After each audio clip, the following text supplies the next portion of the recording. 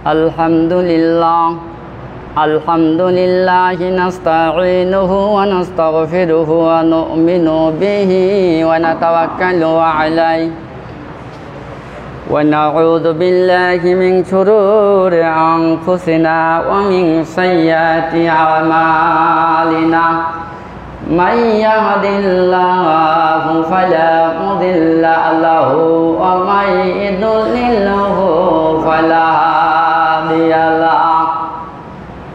Nashhadu an la ilaha illallah wahdahu la sharika lah wa nashhadu anna sayyidana wa sanadana habibana wa maulana Muhammadan abduhu wa rasuluh alladzi arsalahu bil haqqi bashiran wa nadhiran wa da'iyan ila Allahi bi iznihi wa sirajan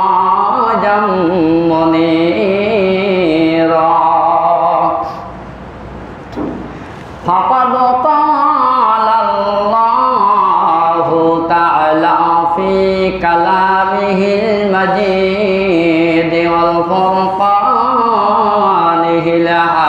الحميد أعوذ بالله من الشيطان الرجيم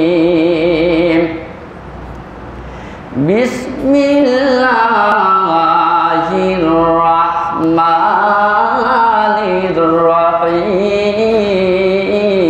الرحيم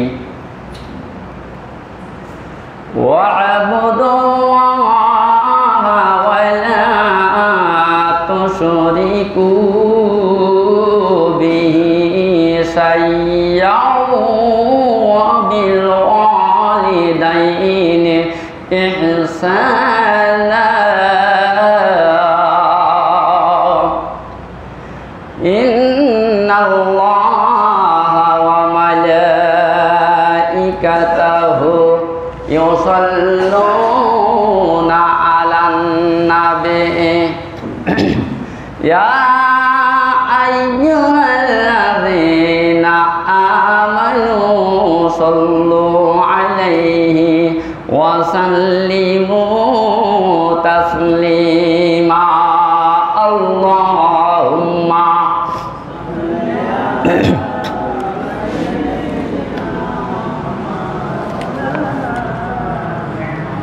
وعلى آل سيدنا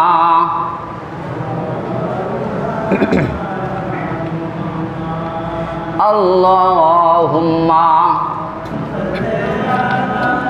سيدنا مولانا محمد وعلى آل سيدنا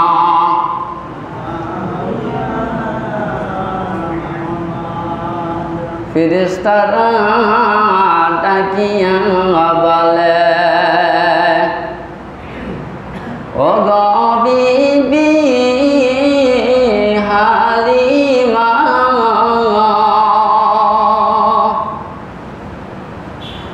ইতিম নবীকে কোলে লও গো দুঃখ তোমার থাকবে না আল্লাহুম্মা সাইয়্যিদিনা মাওলানা মুহাম্মদ ওয়া আলা আলি সাইয়্যিদিনা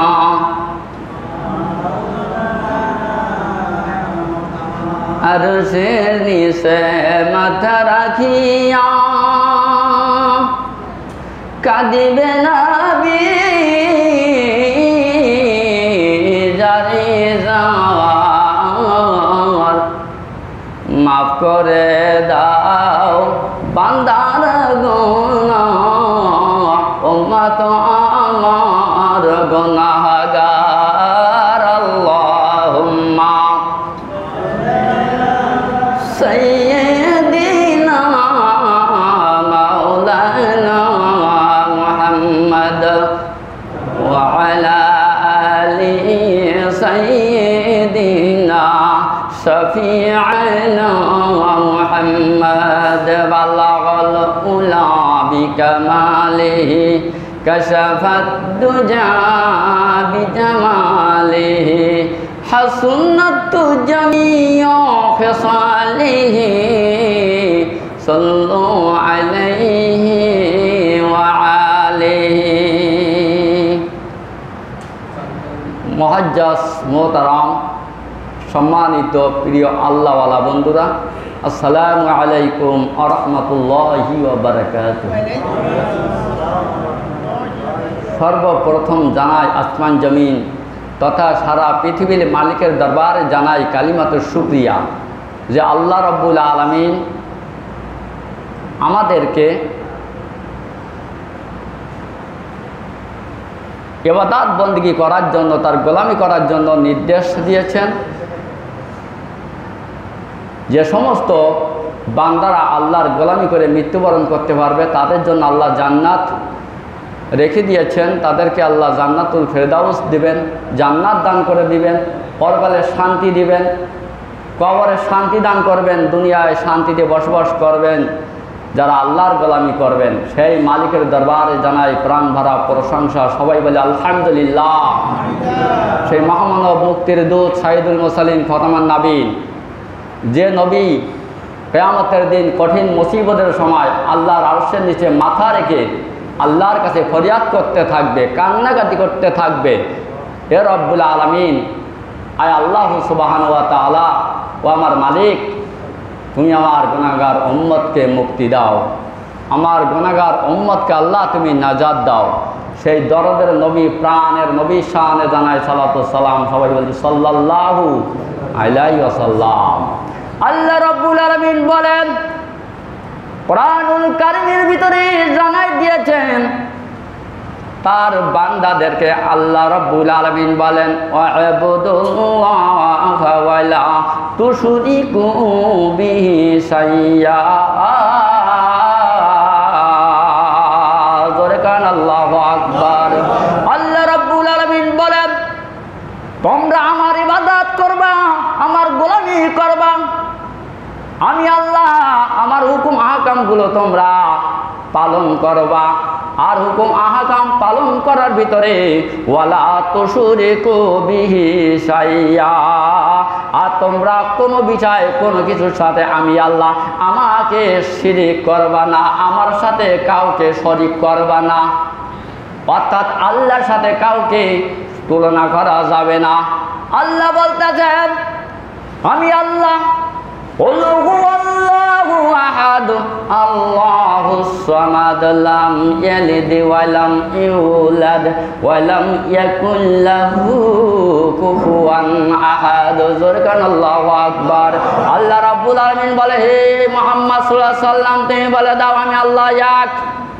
আমার আল্লাহ কয়? আমার আল্লাহ বলছেন আমি পৃথিবীর ভিতরে মালিক এক, আর দ্বিতীয় কেউ নাই। হে মুহাম্মদ, তুমি জানাই দাও, পৃথিবীবাসীকে জানাই দাও আমি আল্লাহ এক, আমার কোনো শরীকি নাই, আমার কোনো সন্তানি নাই, মাতা পিতা নাই, আত্মীয় স্বজন কেউ নাই। আমি আল্লাহ কারোর কোনো সন্তান আমি জন্ম দেন নাই, কারোর থেকে আমি আল্লাহ জন্ম নেই নাই। আমার মুখপক্ষী সমস্ত মানুষগুলো, কিন্তু আমি আল্লাহ কারোর মুখপক্ষী নয়, আমার আল্লাহ কারোর মুখপক্ষী নয়। আল্লাহুস সামাদ, মানুষ আল্লাহর মুখপক্ষী কিন্তু আল্লাহ কারোর মুখপক্ষী নয়। তাই বলতেছেন আমি এক, আমার সমকক্ষ কাউকে যেন দাঁড় করো না, আমার সাথে শিরিক করো না। আমি কারো থেকে জন্ম নেন নাই, কারোর থেকে জন্ম আমি দেয় নাই, আমার কোনো ছেলে মেয়ে নাই, আমার কোনো পিতা মাতা নাই, আমার কেউ নাই। আমি এক, এক আল্লাহর গোলামি করতে হবে। এই গোলামির ভিতরে যেন কেউ শিরিক করো না, কোনো বিষয় যেন আমার সাথে কাউকে অংশীদার স্থাপন করো না। আমি আল্লাহ, এই তামাম বিশ্বের মালিক আর কেহ নাই। তামাম বিশ্বের মালিক হলেন যিনি, আপনার আমার রব হলেন তিনি। জোরে কান আল্লাহু আকবার। আল্লাহ রাব্বুল আমিন বলেন, এই জমিনে যদি দুইজন খোদা হতো, আমি ছাড়া আর একজন যদি হতো, তাহলে এই জমিনে মারামারি গন্ডগোল ফিতনা ফাসাদ বেঁধে যেত। আমি বলতাম একদিন পূর্ব দিক থেকে সূর্য উঠবে, আর একজন খোদা বলতো পশ্চিম দিক থেকে উঠবে। আমি বলতাম এই দিক থেকে চলতে হবে, ও বলতো আর এক দিক থেকে চলতে হবে। এই জমিনে ফিতনা ফাসাদের আশঙ্কা বেঁধে যেত, গন্ডগোল বেঁধে যেত। এই জন্য আল্লাহ রাব্বুল আলামিন বলছেন, আমি এক, আমার ইবাদত করবা, আমার গোলামি করবা। আর আমার ইবাদতের ভিতরে, আমার গোলামির ভিতরে তোমরা জানো কোনো বিষয়ে শরীক করো না। আমার সাথে কাউকে শিরিক করবা না, শরীক করবা না। ওয়াবিল ওয়ালিদাইনি ইহসানা, এবং তোমরা তোমাদের পিতা মাতার সাথে সদ্ব্যবহার করবা। কার সাথে সদ্ব্যবহার করতে হবে? আমার আল্লাহ রাব্বুল আলামিন বলেন, আমার হুকুম পালন করার সাথে সাথে এরপরেই তোমাদের পিতামাতা যারা দুনিয়ায় আছে তাদের সাথে তোমরা উত্তম ব্যবহার করবা, ভালো ব্যবহার করবা, সৎ ব্যবহার করবা, এমন ব্যবহার করবা তারা যেন তোমার ব্যবহারে খুশি হয়ে যায়। তোমার জন্য যেন মালিকের দরবারে ফরিয়াদ করে, দোয়া করে। তোমার বিরুদ্ধে যেন কোনো মালিকের দরবারে বড় দোয়া না করে। এমনভাবে তোমাদের মাতা পিতাকে তোমরা খেদমত করবা, তাদের সাথে উত্তম ব্যবহার করবা। তোমার মাতা পিতার সাথে যদি তোমরা উত্তম ব্যবহার করতে পারো, আমার নবী বলছেন আমি খুশি হয়ে যাই, আমার আল্লাহও খুশি হয়ে যায়। মাতা পিতার খেদমতে, মাতা পিতার খুশিতে আমার আল্লাহ খুশি হয়ে যায়। পৃথিবীর ভিতরে কোনো মানুষের খেদমত করলে আল্লাহ এত জোর দেয় নাই, এত কড়াভাবে বলেন নাই যে আমি খুশি হয়ে যাই। কিন্তু যদি কোনো সন্তান, নেক সন্তান তার মা বাপের সাথে যদি ভালো আচরণ করে, ভালো ব্যবহার করে, মাতা পিতার খেদমত করে, সুখে দুঃখে যদি মা বাপকে যদি দেখাশোনা করে, আমার আল্লাহ খুশি হয়ে যায়। জোরে কান সুবহানাল্লাহ। আল্লাহকে খুশি করতে হলে মা বাপকে খুশি করতে হবে। কাকে খুশি করতে হবে? মা বাপকে খুশি করতে হবে। সেই মা বাবাকে আমরা খুশি করা তো দূরে থাক, মা বাবার সাথে আমরা দুর্ব্যবহার করি। অনেক সময় মা বাবাকে গালিগালাজ করি। মা বাবাকে গালিগালাজ করা, তাদের দিকে গরম নজরে তাকানো, এটা হলো কবিরা গুনার শামিল। যদি কোনো বান্দা মা বাবার সাথে ভালো ব্যবহার করে, উত্তম ব্যবহার করে, তাহলে সে আল্লাহর হুকুম পালন করলো। আর যদি কোনো বান্দা তার আব্বা আম্মার সাথে দুর্ব্যবহার করে, সে আল্লাহর আদেশের সাথে সে বিরোধিতা করলো। এই জন্য বন্ধুরা, যারা আব্বা আম্মা এখন দুনিয়ায় বেঁচে আছে, বিশ্ব নবী আমার বলেন, যারা পিতা মাতা দুইজনকে এবং একজনকে পেল কিন্তু জান্নাত ক্রয় করতে পারলো না, তার সেই কপাল পড়ার পৃথিবীর ভিতরে কেউ থাকলো না। হুজুর বলেন, ওই ব্যক্তির নাসিকা ধুলোয় মলিন হোক, ওই ব্যক্তির নাসিকা ধুলোয় মলিন হোক, ওই ব্যক্তির নাসিকা ধুলোয় মলিন হোক। তিনবার কথাটা বললেন। সাহাবা কেরাম জিজ্ঞাসা করলেন, ইয়া রাসূলুল্লাহ, ইয়া হাবিবাল্লাহ, এই কথার অর্থ কি? তিনবার আপনি বললেন ওই ব্যক্তির নাসিকা ধুলে মলিন হোক, হুজুরের অর্থ কি? হুজুর বললেন, যে ব্যক্তি তার পিতা মাতা এবং দুইজন এবং একজনকে পেয়ে জান্নাতে প্রবেশ করতে পারলো না, ওই ব্যক্তির জন্য এই নসিহত। তার উপরে আল্লাহর লানত, যে দুইজনকে পেল অথবা একজনকে পেয়ে জান্নাত ক্রয় করতে পারলো না, হুজুর বলেন তার জন্য আল্লাহর অভিশাপ।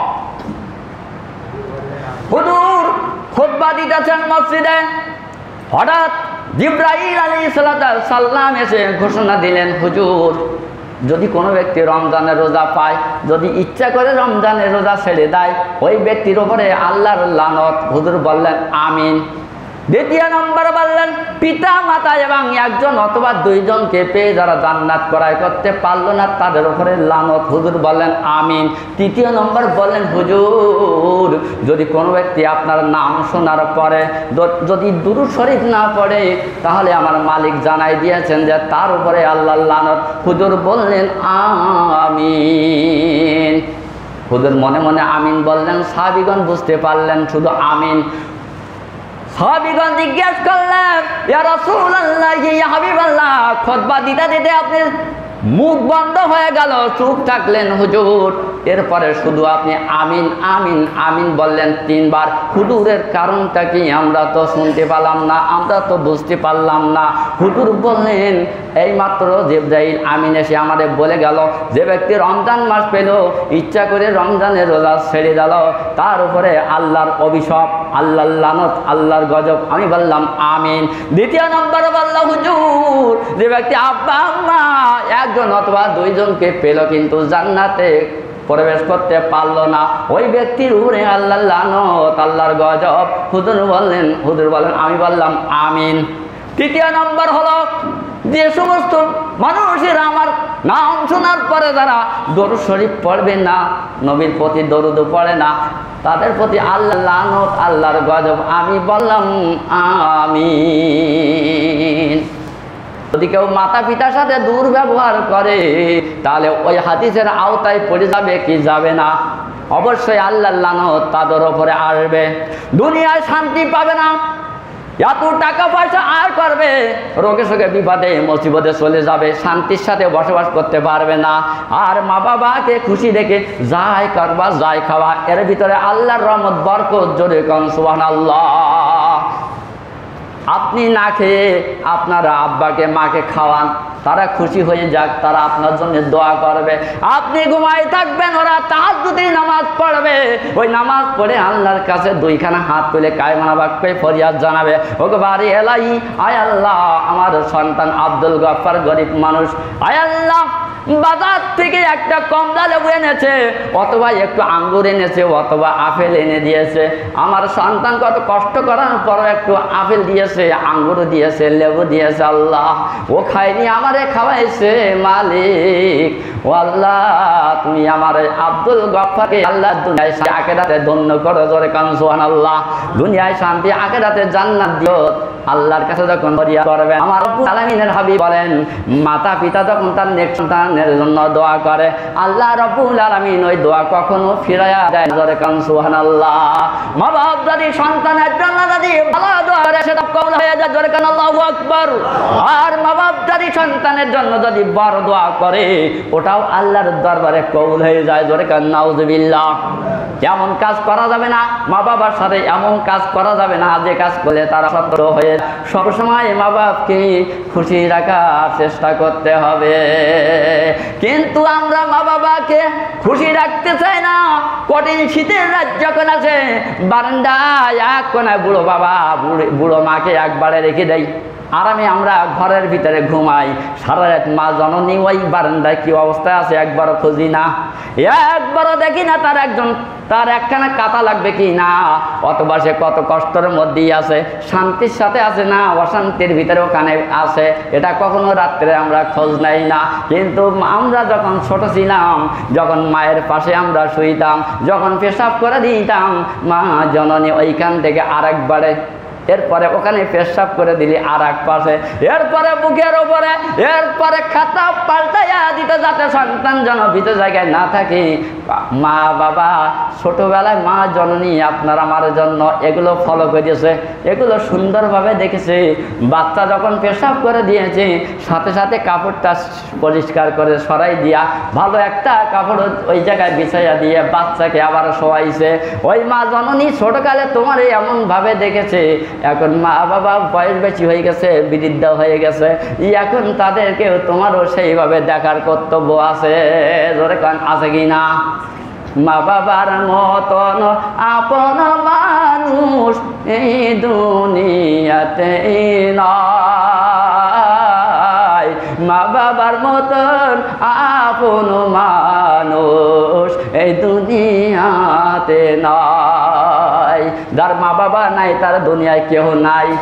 আপনি বিবাদে মুসিবতের ভিতরে যখন পড়বেন, আপনার স্ত্রী শোনার আগে আপনার মার কানে শব্দটা পৌঁছায় যায়, জোরে কান সুবহানাল্লাহ। এই জন্য কবি বলছেন, বিদেশে বিপদে যার সন্তান মারা যায়, কাউকে জানার আগে আগে জানে মায়, জোরে কান আল্লাহু আকবার।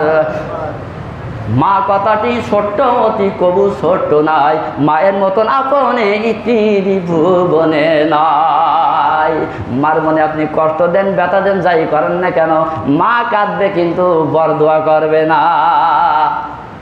এই মা বাপকে কষ্ট দিয়ে, মা বাপকে ফাঁকি দিয়ে বড়লোক হওয়া যাবে না। মা বাবা বুড়ো হয়ে গেছে, এখন আর আয় করতে পারে না, ভালো লুঙ্গি পরতে পারে না, ভালো জামা কাপড় ব্যবহার করার মতন আর সুযোগ পায় না। আপনি দেখতেছেন, অথচ একটা ভালো লুঙ্গি আপনি ক্রয় করে দেন না, মার একটা সুন্দর শাড়ি কিনে দেন না, একটা শাও কিনে দেন না। আপনি সুন্দর সুন্দর জামা পরিধান করে বন্ধু বান্ধবীর বাড়ি চলে যান, এখানে ওখানে চলে যান, মায়ের বাপের দিকে একবারও আপনার খেয়াল নাই। আমার আল্লাহ বলছে, বান্দা তোকে একবারও তোর মার দিকে তাকাইলা না। তোর মা যে ছোটকালে তোর কত সুন্দরভাবে লালন পালন করেছে, তোর বাপ দান বাজার থেকে তুই যখন জন্মগ্রহণ করেছিল, আমি আল্লাহ কোনো কাপড় চোপড় তোর দেয় নাই, তুই খতনা বিহীন অবস্থায়। এরপরে খালি গায়ে আমরা সকলে এসেছি, কেউ আল্লাহর কাছ থেকে, কেউ আমরা সুন্দর পোশাক নিয়ে আমরা কিন্তু দুনিয়ায় আসে নাই। আমার আল্লাহ বলছে, তুমি যখন দুনিয়ায় গিয়েছো, তোমার আব্বা সাথে সাথে বাজার থেকে সুন্দর একটা প্যান্ট, একটা জামা, একটা গেঞ্জি ক্রয় করে নিয়ে এসেছেন। তোমার আব্বুকে ঢাকার জন্য, তোমার পর্দাকে, তোমার ইজ্জতকে ঢাকার জন্য সুন্দর ব্যবস্থা দান করেছে। তোমার আব্বা মা এখন বয়স বেশি হয়ে গেছে, বৃদ্ধ হয়ে গেছে, তাদেরও দেখার দায়িত্ব তোমার আছে। এখন সুন্দর সুন্দর কাপড় দাও, সুন্দর সুন্দর কাপড় কিনে দাও, তারা একটু পড়ুক এবং তোমার জন্য আল্লাহর কাছে একটু দোয়া করুক। কি আমরা এটা চাই?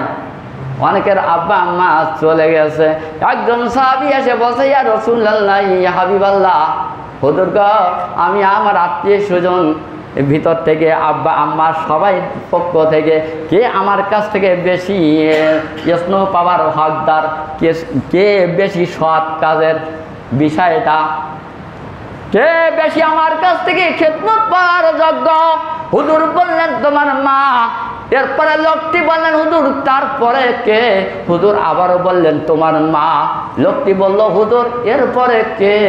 হুজুর বললেন, তোমার মা। ওই ব্যক্তি আবার জিজ্ঞাসা করলেন, ইয়া রাসূলুল্লাহ, ইয়া হাবিবাল্লাহ, তারপরে কে? আল্লাহর হাবিব বললেন, তোমার আব্বা। এরপরে কে? হুজুর বললেন যে এরপরে তোমার আব্বার আপন আত্মীয় স্বজন যারা আছে, তারা পর্যায়ক্রমে আস্তে আস্তে তারা, জোরে কারণ সুবহানাল্লাহ। কিন্তু আমরা দেখেন, কেউ কারোর সাথে ভালোবাসা নেই, মহব্বত নেই, নিজের জ্বালায় ব্যস্ত আছে, নিজে কি করতে পারবো সেই ধান্দায় ঘুরে বেড়াচ্ছি। বোনের সংবাদ নেই, ভাইয়ের খবর নেই, মা বাবা যদি বেঁচে থাকে খবর খুবই কম লোকের আছে। শীতকাল আসলে বোঝা যাবে অবস্থা কি, যার বাপ মা পেশাব পায়খানা করে বারান্দায়, বোঝা যাবে সন্তান কত নেককার সন্তান, ওই জায়গায় বোঝা যাবে। মাজলুমের দোয়া আল্লাহ ফেরাই দেয় না। মালুম কারা? যাদের প্রতি অন্যায়ভাবে জুলুম করা হয়, এরা যদি আল্লাহর কাছে দোয়া করে মাকবুল হয়ে যায়, জোরে কারণ সুবহানাল্লাহ। মানুষের প্রতি জুলুম করা যাবে না। এরপরে আব্বা আম্মার সাথে যারা সৎ ব্যবহার করে না, বাপ মা যদি দোয়া করে, আল্লাহর কাছে সেই দোয়াটা কবুল হয়ে যায়। আর মুসাফির ব্যক্তি যদি আল্লাহর কাছে দোয়া করে, কবুল হয়ে যায়। এই মা বাবাকে আমরা চিনলাম না। স্ত্রীর কথা না শুনলে সমস্যা, খুবই সমস্যা। বাড়ি ঢোক ডাল গন্ডগোল বেঁধে যাবে, সে আর ছাড়াবে না। আপনি ডাইনে যাবেন, সে বায়ে যাবে। আপনি বামের দিক তাকাবেন, সে ডাইনের দিক ফিরে থাকবে। এই জন্য বাপ মাকে আমরা বেশি যত্ন করব। কি বেশি যত্ন করা যাবে না? জান্নাতে যদি যেতে চান, মা বাপকে বেশি খেদমত করা লাগবে। কেননা মায়ের পায়ের নিচে হলো জান্নাত, জোরে কান সুবহানাল্লাহ। পুরুষদের জান্নাত হলো মায়ের পায়ের কাছে, পায়ের নিচে। আপনি এখন কোদাল দিয়ে খুঁড়ি 7 মাইল যদি দূরে চলে যান মাটির নিচে, কি জান্নাত খুঁজে পাবেন? তার মানে কি, মা বাপকে খুশি করতে পারলে, মা বাপকে খেদমত করতে পারলে আপনার জন্য জান্নাত।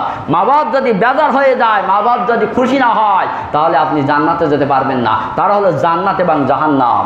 হুজুর বলে তোমার মা এবং বাবা হলো জান্নাত এবং জাহান্নাম। যদি তাদের খুশি করতে পারো জান্নাতে যেতে পারবা, খুশি না করতে পারো তাহলে তুমি জাহান্নামে চলে যাবা। অনেকের আব্বা আম্মা চলে গেছে, দোয়া করারও টাইম নেই। সপ্তাহে একদিন শুক্রবারে অন্তত জুমার নামাজের পরে কবরের ধারে প্রত্যেকে যাওয়া উচিত এবং তাদের জন্য কায়মানা বাক্যে আপনি দোয়া করবেন। জান্নাতের ভিতরে কোন মানুষের সম্মান, কোন বান্দার সম্মান আল্লাহ রাব্বুল আলামিন বাড়াইয়া দিবেন। ওই জান্নাতের ভিতরে যে বান্দা আছে, ওই বান্দা বলবে ওকে মালিক আমার সম্মান মর্যাদা কেন আল্লাহ এত এইভাবে বেড়ে যাচ্ছে আমি তো জানি না।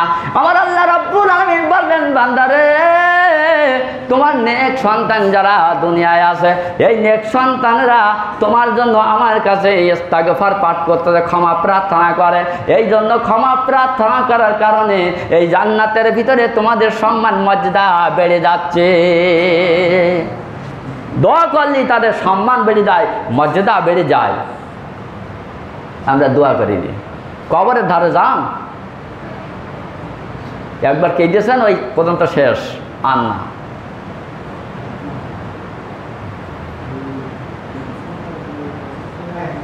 একজন সাহাবী বলেন হুজুর মা বাবা তো এত খেদমত করবো, তা মা বাবা যদি জুলুম করে, যদি সন্তানের উপরে মা বাবা জুলুম করে না, অনেক মা বাবা আসে না বকাবকি গন্ডগোল করে না, তাই বলছে হুজুর যদি কেউ এরকম মা বাবা যদি সন্তানের উপরে জুলুম করে সেক্ষেত্রে কি করব? হুজুর বললেন যদিও জুলুম করে, যদিও জুলুম করে, যদিও জুলুম করে। হুজুর তিনবার ব্যবহার করলেন কথাটা। যদি তোমার মা বাবা তোমার উপরে চাপ সৃষ্টি করে, জুলুম করে, তারপরও তুমি খেদমত করা থেকে বিরত থাকতে পারবা না। কারণ তাদের জুলুম কত পরিমাণ করতে পারে, তুমি তো এক ফোঁটা দুধের দাম দিতে পারবা না, পারবা? একজন ব্যক্তি হজ করার জন্য তার অন্ধ মাকে কাঁধে করে নিয়ে হজের সমস্ত কাজগুলো পালন করার পরে লোকটার কষ্ট হয়ে গেছে। ওই সাহাবী হুজুর সাল্লাল্লাহু আলাইহি ওয়াসাল্লামের কাছে এসে বললেন ইয়া রাসূলুল্লাহ ইয়া হাবিবাল্লাহ, আমি আমার বুড়িমাকে কাঁধে করে নিয়ে হজ যাত্রীর সমস্ত কাজগুলো সম্পন্ন করেছি। ইয়া রাসূলুল্লাহ ইয়া হাবিবাল্লাহ, আমি আমার মায়ের হককে পালন করতে পেরেছি। হুজুর বললেন না না না না, তোমার মুখের চামড়া দিয়ে যদি তোমার মায়ের পায়ের তলার জুতা বানাইয়া দাও, এক ফোঁটা দুধের মূল্য তুমি শোধ করতে পারবা না। মনে করছো আমি আমার মাকে গাড়ি পেরিয়ে নিয়ে হজের কাজ সব করাই দিয়েছি, বিরাট একটা ব্যাপার স্যাপার পেরিয়ে ফেলেছে, মনে হয় মায়ের হক পালন করা হয়ে গেছে। তো বলছে যে তোমার মুখের চামড়া দিয়ে যদি মায়ের পায়ের তলার জুতা বানাই দাও, স্যান্ডেল বানাই দাও, তাহলে এক ফোঁটা দুধের যে দাম এটা শোধ করতে পারবা না। কতটা দুধ খাইছি? ৬-৭ মণ দুধ তো খেয়ে ফেলাইছেন। 2 বছর ধরে দুধ খেয়েছেন, 6-7 মণ খেয়ে ফেলাইছেন, অথচ এক ফোঁটা দুধের দাম শোধ করতে পারেন। মুখে চামড়া দিয়ে জুতো কি আমরা বানাইতে পারবো? কেন হুজুর এত জায়গা চামড়া আছে, সে চামড়ার কথা না বলে মুখের চামড়ার কথা বললেন কেন? কত কঠিন। তার মানে কি দুধের এত দাম, মায়ের এত দাম। মায়ের কথা 3 বার বললেন, আব্বার কথা 1 বার বললেন। কোন জায়গায় বলছে যে জান্নাতের সর্বোত্তম দরজা হলো তোমার বাবা, জোরে কান সুবহানাল্লাহ। এই হাদিসটার ভিতরে মায়ের কথা উল্লেখ নাই, কিন্তু ওর আলোচনার ভিতরে টিকার ভিতরে বলা হয়েছে যে যেখানে বাবার কথা বলা হয়েছে, বাবা সেই যে মায়ের সম্মান আল্লাহর কাছে আরো বেশি, সুতরাং মাকে বাদ দেওয়ার কোনো সুযোগ নাই। মা বাবা অনেকের নাই মনে হয়। মা বাবার নামে যদি একটা সৎকা করে দেন, একটা পুকুর বানাই দেন, একটা কল পুঁতে দেন, একটা গাছ লাগাই দেন, এর সবটাও আব্বা আম্মার রুহে পৌঁছে যাবে। জোরে কান সুবহানাল্লাহ। যদি আব্বা আম্মার নামে আপনি মসজিদে টাকা দেন, পয়সা দেন, ইসলামের জন্য টাকা দেন, তাদের রুহের মাগফিরাতের জন্য, সেটাও তারা পেয়ে যাবে। জোরে কান সুবহানাল্লাহ। এখন আর আব্বা আসবে না, যার মারা গেছে আর কোনোদিন লুঙ্গি সাথে আসবে না। আসবে একসাথে ভালো মন্দ খাওয়ার জন্য আর বলবে না। যার আব্বা আম্মা আছে সে বুঝবে না। সাইকেল যখন থাকে কাছে তখন বোঝা যায় না যে হাঁটার কি যন্ত্রণা, কিন্তু যখন সাইকেল পাওয়া যায় না, কোনো গাড়ি পাওয়া যায় না, হেঁটে জাতীয় নলটা, তখন বোঝা যায় জ্বালাটা কিরকম। আছে বলে যন্ত্রণা আমরা বাপ মাকে মূল্য দেয়নি, কিন্তু যার মারা গেছে যার আব্বা আম্মা এই দুনিয়ার থেকে চিরে বিদায় হয়ে গেছে, আর কোনোদিন খুঁজে পাবেন না, সে কিন্তু মনে মনে অনেক চিন্তা আছে আমার আব্বা আম্মাকে আর পাবো না। যখন বন্ধু বান্ধবের সাথে আত্মীয় স্বজনের সাথে যখন বসে ভালো মন্দ খাওয়া দাওয়া করে, হাসি তামাশা করে, যদি সন্তান সুসন্তান হয়, নেক সন্তান হয়, মনের ভিতরে ব্যথা জন্মায়, হায় হায় রে আমার বাবা যদি বেঁচে থাকতো, আমার মা যদি বেঁচে থাকতো, আজকে এক জায়গায় বসে একটু খাওয়া দাওয়া করতে পারতাম, এত সুন্দর খাওয়া দাওয়া করতেছি এখন, কিন্তু আমার বাবা বঞ্চিত, আমার মাও বঞ্চিত, কিন্তু আমার দূরের বন্ধু খেয়ে যাচ্ছে ভালো মন্দ। মনের ভিতরে ব্যথা লাগে না?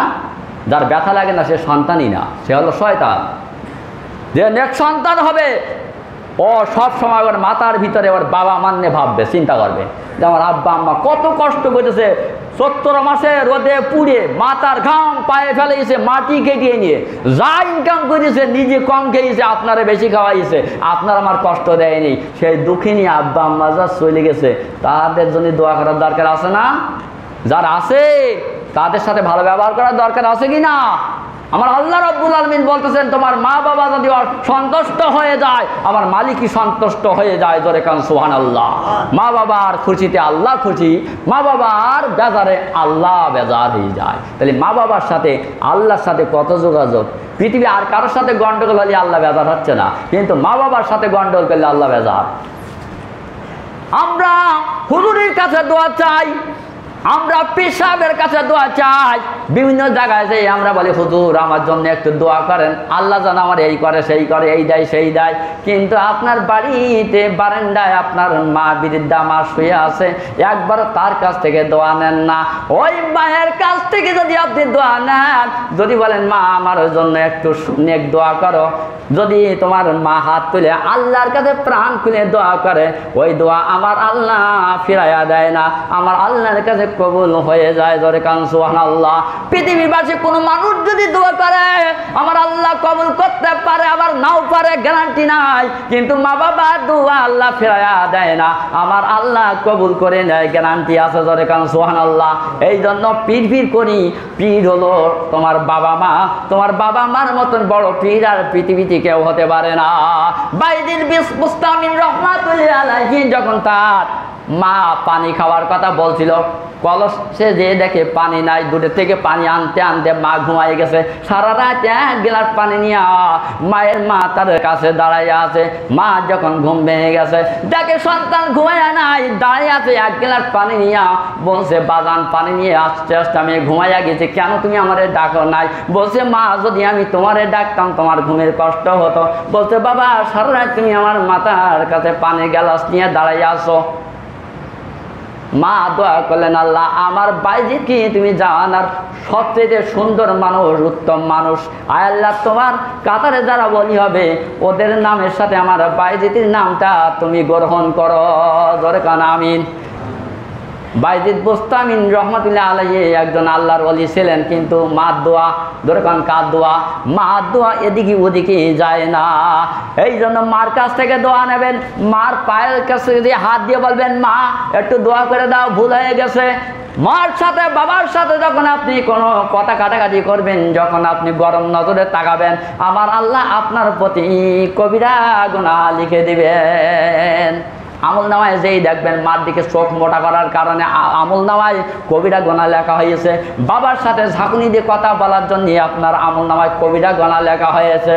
এই জন্য বাবা মার সাথে সব সময় ভালো ব্যবহার করতে হবে। মা বাবার মুখের দিকে যদি নেক নজরে তাকায়, একটা কবুল হজের সওয়াব পাওয়া যায়। জোরে কান কি হজের? যে হজ আল্লাহ রাব্বুল আলামিন কবুল করেছেন, এমনই একটি হজের সওয়াব আপনার আমল নামায় লিখে দেওয়া হবে। সাহাবীগণ জিজ্ঞাসা করলেন, ইয়া রাসূলুল্লাহ, ইয়া হাবিবাল্লাহ, যদি দৈনিক আমার মা বাবার মুখের দিকে যদি রহমতের দৃষ্টিতে যদি 100 বার তাকায়, হুজুর বলেন 100টি কবুল হজের সওয়াব তোমার আমলনামায় দেওয়া হবে, যেহেতু আল্লাহর কাছে কোনো জিনিস কম নাই। আল্লাহ রাব্বুল আলামিন আমাদের সকলকে আব্বা আম্মার প্রতি খেদমত করা তৌফিক দান করুন। জোরে কান আমিন। যারা মারা গেছে তাদের জন্য সব সময় মন খুলে প্রাণ ভরে দোয়া করব, আল্লাহ যেন আমাদের সে তৌফিক দান করেন। জোরে কান আমিন। এই বলে আমার সংক্ষিপ্ত বক্তব্য এখানে শেষ করছি।